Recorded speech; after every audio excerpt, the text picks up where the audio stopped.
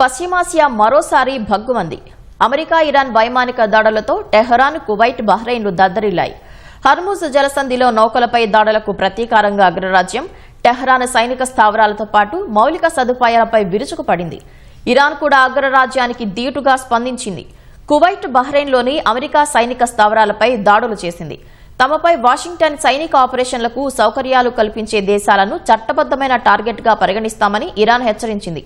మరోవైపు ఇరాన్కు పరిమిత స్థాయిలో చమురు ఎగుమతులకు ఇచ్చిన అనుమతులను అమెరికా రద్దు చేసింది.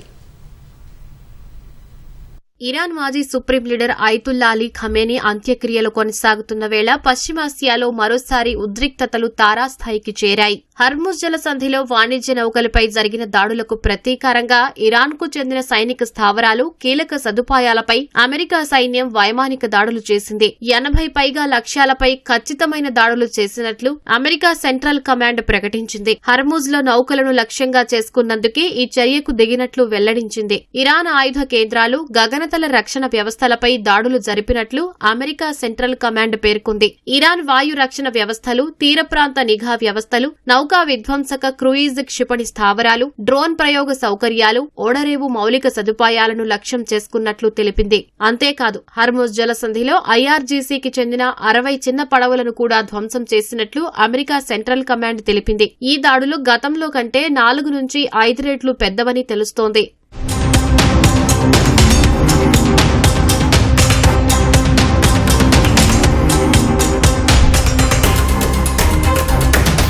హర్ముజ్ లో నౌకలపై దాడులు చేయడం ద్వారా ఇరాన్ కాల్పుల విరమణ ఒప్పందాన్ని ఉల్లంఘించినట్లు అమెరికా ఆరోపిస్తోంది. అమెరికా అధ్యక్షుడు డొనాల్డ్ ట్రంప్ ఉన్నతాధికారులతో సంప్రదింపులు జరిపిన తర్వాతే ఈ దాడులు జరిగినట్లు ఆక్సియోస్ మీడియా వెల్లడించింది. నాటో శిఖరాగ్ర సదస్సు కోసం తుర్కియే వెళ్లిన ట్రంప్ అక్కడ విదేశాంగ మంత్రి మార్కో రూబియో, రక్షణ మంత్రి పీట్ హెగ్సెత్, ఆర్థిక మంత్రి స్కాట్ బెస్సెంట్లతో సమావేశమై దాడులు చేయాలని నిర్ణయం తీసుకున్నట్లు పేర్కొంది. ఆగస్టు వరకు పరిమిత స్థాయిలో ఇరాన్ చమురు ఎగుమతులకు ఇచ్చిన తాత్కాలిక అనుమతులను కూడా అమెరికా రద్దు చేసింది.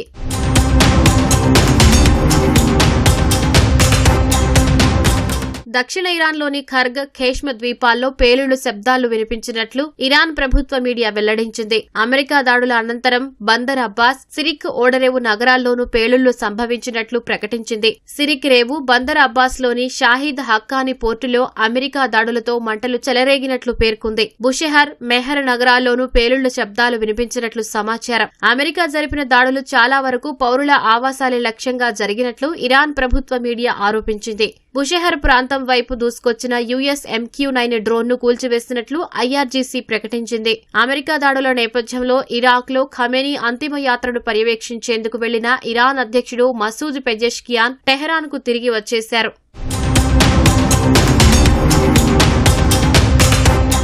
అమెరికా దాడులకు ఇరాన్ కూడా ప్రతిచర్యలకు దిగింది. కువైట్, బహ్రెయిన్లోని 85 అమెరికా సైనిక స్థావరాలపై దాడులు చేసినట్లు ఐఆర్జీసీ తెలిపింది. బహ్రెయిన్లోని షేక్ ఈసా స్థావరంపై డ్రోన్తో దాడి చేసినట్లు ప్రకటించింది. యుఎస్ 5th ఫ్లీట్ స్థావరం, కువైట్లోని అలీ అల్ సలేం వైమానిక స్థావరంపై దాడులు చేసినట్లు ఐఆర్జీసీ తెలిపింది. హర్ముజ్ జలసంధి నిర్వహణలో బయటవారి జోక్యాన్ని అనుమతించబోమని ఐఆర్జీసీ తేల్చి చెప్పింది. గల్ఫ్ దేశాలకు తీవ్రమైన హెచ్చరిక కూడా చేసింది. తమకు వ్యతిరేకంగా అమెరికా మిలిటరీ ఆపరేషన్లకు సౌకర్యాలు కల్పించే దేశాలను చట్టబద్దమైన టార్గెట్ గా పరిగణిస్తామని స్పష్టం చేసింది. ఇరాన్ దాడులకు ముందు కువైట్, బహ్రెయిన్లో సైరన్లు మోగాయి. తమ వైపు దూసుకొచ్చిన క్షిపణులు, డ్రోన్లను అడ్డుకున్నట్లు కువైట్ సైన్యం తెలిపింది. ఇరాన్ క్షిపణులను తమ రక్షణ వ్యవస్థలు కూల్చివేసినట్లు బహ్రెయిన్ వెల్లడించింది. మరోవైపు తాజా దాడులతో యుద్దం ముగించేందుకు జరుగుతున్న దౌత్య ప్రయత్నాలపై నీలినీడలు కమ్ముకున్నాయి.